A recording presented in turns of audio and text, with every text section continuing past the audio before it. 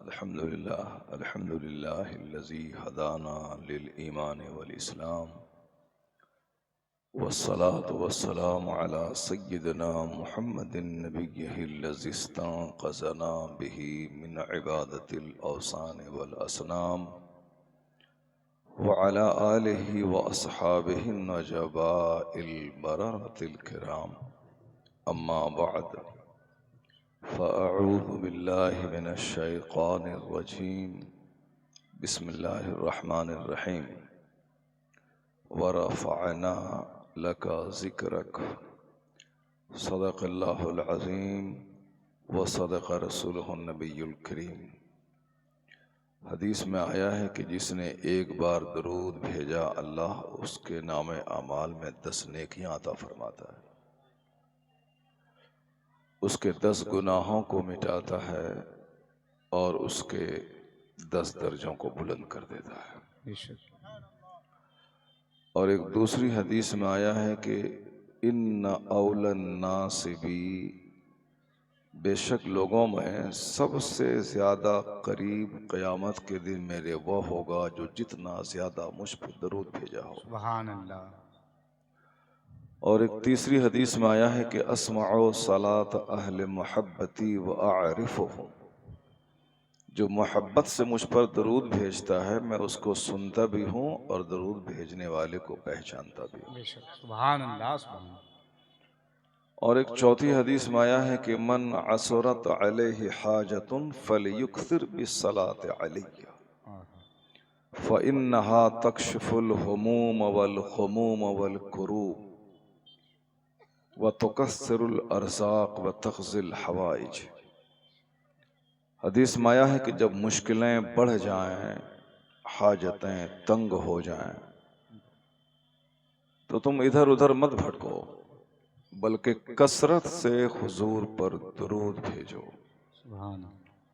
کہ درود بھیجنے سے مشکلیں آسان ہوتی ہیں، رنج غم علم دور ہوتے ہیں اور روزیوں میں اضافہ ہوتا ہے۔ بے شک بہت سارے لوگ اپنے گھروں میں پوٹلی باندھ دیتے ہیں تاکہ روزی بڑھ جائے، مزارات پہ لوگ دوڑ دوڑ کے جاتے ہیں تاکہ میرے گھر میں برکتیں ہوں۔ مزار کے اندر جو لوگ دفن ہیں وہ رمضان کے 30 دن میں 30 ختم قرآن کرتے تھے، اس سے کوئی بحث نہیں ہے وہ کیا کرتے تھے۔ قبر میں جو لوگ آرام کر رہے ہیں وہ لوگ 300 رکعت نماز نفل پڑھتے تھے، اس سے کوئی بحث نہیں کہ وہ کیا کرتے تھے۔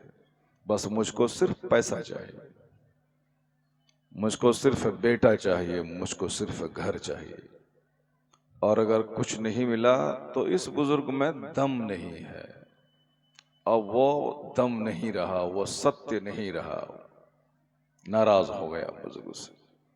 جب تک مطلب پورا ہوتا رہا تب تک ٹھیک ہے، نہیں تو اب اس میں دم نہیں رہا۔ حضور کہتے ہیں کہ اگر مشکلیں زیادہ ہو جائیں تو مجھ پر درود پڑھو، روزی میں اضافہ ہو جائے گا، بے شک تمہاری حاجتیں پوری ہوں گی، وتقضی الحوائج، تمہاری حاجتیں پوری ہوں گی۔ کاہے کہ ادھر ادھر بھٹکنے کا، کثرت سے حضور پہ درود بھیجیں۔ ایک چھوٹا درود ہے صلی اللہ علی محمد صلی اللہ علیہ وسلم۔ ایک حدیث میں آیا ہے کہ جو روزانہ 1000 بار درود بھیجتا ہے حرم اللہ جسدہ علی النار، اللہ تعالیٰ اس کے جسم کو جہنم کی آگ پر حرام کر دیتا ہے۔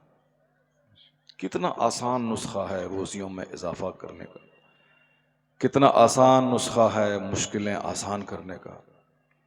اور بزرگوں نے کہا ہے کہ اللہ تک پہنچنے کا سب سے آسان ترین راستہ ہے حضور پہ درود بھیجنا، سب سے آسان ترین راستہ ہے۔ زبان ہلائیں اور پھر لاکھوں نیکیاں پائیں۔ جب اس زبان سے ہزاروں باتیں ادھر ادھر کی چکنی چپڑی ہوتی ہیں، مگر بندہ 10 منٹ بیٹھ کے 100 بار درود نہیں پڑھتا ہے، جبکہ یہ ساری بشارتیں اس کے لیے ہیں۔ مشکلیں آسان ہوتی ہیں، روزی میں اضافہ ہوتا ہے، حاجتیں پوری ہوتی ہیں، رسول پاک کی شفاعت ملتی ہے اور مفلسی دور ہوتی ہے، ولایت اور بزرگی ملتی ہے۔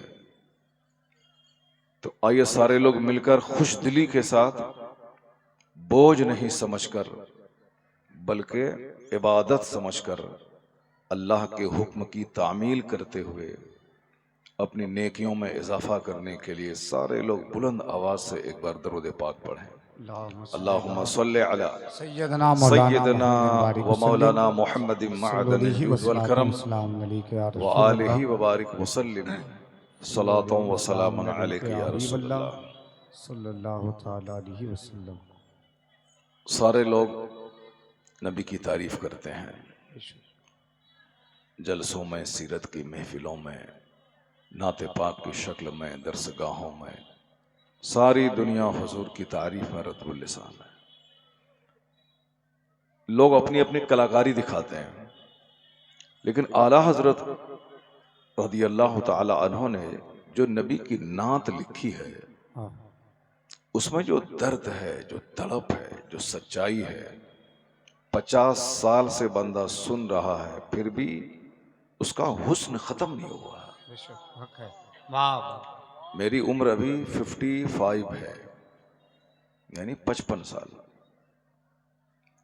5 سال مائنس کر دیں، 50 سال پہلے چھوٹی چھوٹی محفلوں میں جو نبی کی نعت سنتے تھے، آج بھی ایسا لگتا ہے کہ جیسے زندگی میں پہلی بار سن رہا ہوں۔